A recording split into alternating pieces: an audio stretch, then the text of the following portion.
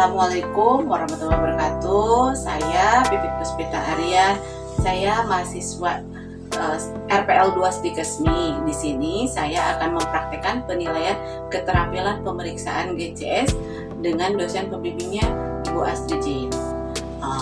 GCS atau Glasgow Coma Scale atau GCS adalah metode pemeriksaan dasar yang digunakan secara luas untuk mengevaluasi tingkat kesadaran dan seringkali digunakan untuk menilai fungsi neurologis pasien. Salah satunya pada kasus yang terkait dengan keparahan cedera otak. GCS di sini terdiri dari 3 komponen utama yang digunakan untuk mengevaluasi respon pasien terhadap rangsangan eksternal. Adapun tiga komponen GCS adalah sebagai berikut. Yang pertama yaitu I atau E. Di mana respon mata yaitu opening respon. Yang kedua yaitu respon verbal atau V, disebutnya respon verbal. Komponen yang ketiga yaitu M, respon motorik, di mana untuk E atau mata nilai tertingginya itu 4. Kemudian untuk verbal nilai tertingginya 5, untuk motorik nilai tertingginya 6. Jadi nanti setelah ditotalkan GCS itu total skornya 15. Nah, nilai 15 ini adalah masuk ke kategori komposmentis, di mana komposmentis ini adalah kesadaran penuh. Mari kita langsung praktekkan ke pasien. Untuk praktek yang pertama yaitu cara respon bagian penilaian pada bagian mata atau E. Bu, pasien dapat membuka mata secara spontan itu dengan skor 4. Yang kedua yaitu dengan panggilan, jika pasien masih belum membuka mata dari panggilan yang pertama, lalu lakukan pemanggilan bu, baru bu. Jika pasien membuka mata setelah dipanggil nama ibu, skornya 3. Nah, selanjutnya langkah yang ketiga yaitu pemeriksaan menggunakan stimulus pada bagian dada. Jika direspon dengan stimulus bagian dada membuka mata itu atau misalnya dengan cubitan pada kuku pasien, baru pasien yang membuka mata itu skornya 2. Untuk rangsangan yang selanjutnya yaitu dengan cubitan. Bila dengan cubitan pasien membuka mata nilainya 1. Jadi untuk skor yang bagian mata itu terkait dengan respon pasien di bagian mata. Yang pertama, jika pasien membuka mata spontan tanpa ada panggilan, hanya dengan sentuhan membuka mata, itu responnya 4. Jika dengan nama panggilan dipanggil nama ibu, nilainya 3. Jika harus dengan rangsangan stimulus, nilainya 2. Dan jika dengan tidak ada rangsangan, memberikan rangsangan secara keras dan cubitan, pasien tidak membuka mata, skornya 1. Selanjutnya kita terkait mengenai verbal pasien atau respon ucapan. Poin tertingginya itu adalah 5, di mana pasien dapat komunikasi dengan baik. Saat pasien diajak ngobrol, bisa berkomunikasi dengan baik. Bu, apa ibu tahu ibu sekarang ada di mana? Nah, apakah ibu gimana kabarnya hari ini? Nah, pasien dapat menjawab pertanyaan dengan baik, skornya 5. Ibu sekarang lagi ada di mana? Nggak tahu. ruangan ini ada di ruangan apa? Oh iya, ya. Pasien dapat berorientasi jika nilainya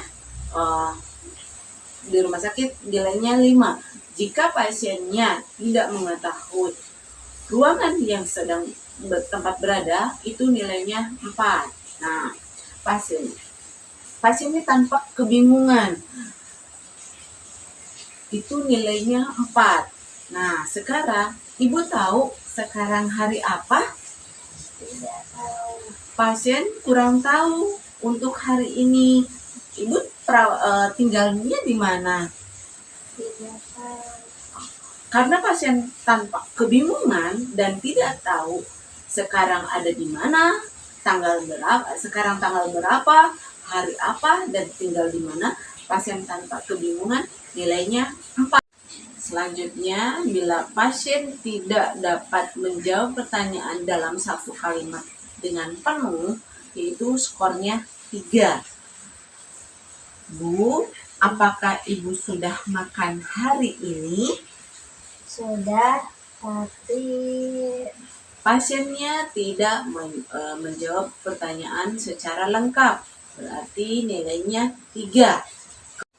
Selanjutnya, untuk memberikan pertanyaan pada pasien, tapi pasien hanya bisa bergumam tanpa suara, artinya dengan skor nilai 2, yaitu pasien itu mengerang. Untuk ininya, prakteknya, Bu, apakah Ibu sudah makan hari ini? Apa kabar Ibu hari ini? Pasien tidak bisa menjawab dengan baik dan benar. Jadi pasien hanya bisa mengerang, itu nilainya 2. Selanjutnya, memberikan rangsangan pada pasien, tapi pasien tidak mengeluarkan suara, tidak ada respon, itu nilainya 1. Jadi pasiennya ditanya, tidak ada respon, tidak ada suara, nilainya 1. Bu, apa kabarnya Ibu hari ini? Pasien tidak berespon, nilainya 1. Kita lanjut ke motorik pasien, di mana motorik pasien itu untuk menilai bagaimana pergerakan pasien. Bila pasien diperintahkan langsung berespon dengan baik, itu nilainya 6. Bu, bisa mengangkat kedua tangannya? Boleh dikebawahin lagi? Oke. Pasien dapat melakukan sesuai dengan perintah. Jadi, bisa mengikuti dengan perintah dengan baik, nilainya 6.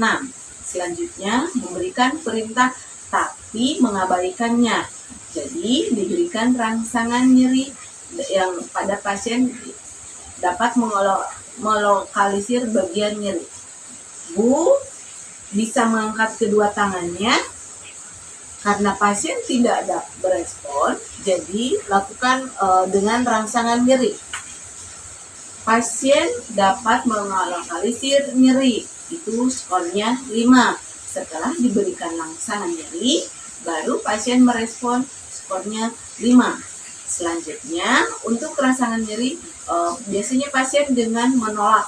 Untuk pasien rangsangan nyeri dengan menolak, contohnya memijit di ibu jari, menekan ibu jari, pasiennya menolak. Karena pasiennya menolak, rangsangan nyeri di jari pasien itu nilainya 4 juga. Jadi setelah pasien diberikan rangsangan nyeri pada jari dan pasien menolak, skornya 4. Selanjutnya, memberikan rangsangan pada pasien. Jika pasien fleksi abnormal, kedua tangan pasien menggenggam di kedua sisi tubuh bagian atas sternum. Jadi, bila pasiennya diberikan rangsangan dengan mengepalkan kedua tangan dengan posisi tangan ke atas, di atas sternum, itu nilainya 3. pasien memberikan respon dengan mengangkat kedua tangan setelah diberikan rangsangan, berarti nilainya 3. Nah, selanjutnya untuk pemeriksaan pasien pada skor 2, di mana skor 2 ini pasien diberikan rangsangan, namun respon pasien yaitu melakukan ekstensi abnormal dengan kedua tangan dan kedua kaki terasa seperti kaku di kedua sisi tubuh. Biasanya pasien berespon dengan melakukan kedua tangan dan kaki karena dari rangsangan. Itu skornya 2. Pasien memberikan respon kaku pada bagian tangan dan kaki dan mengepalkan kedua tangan di kedua sisi, itu nilainya 2. Nah, untuk skor 1 yaitu jika pasien diberikan rangsangan namun tidak bergerak, tidak berespon, itu nilainya 1.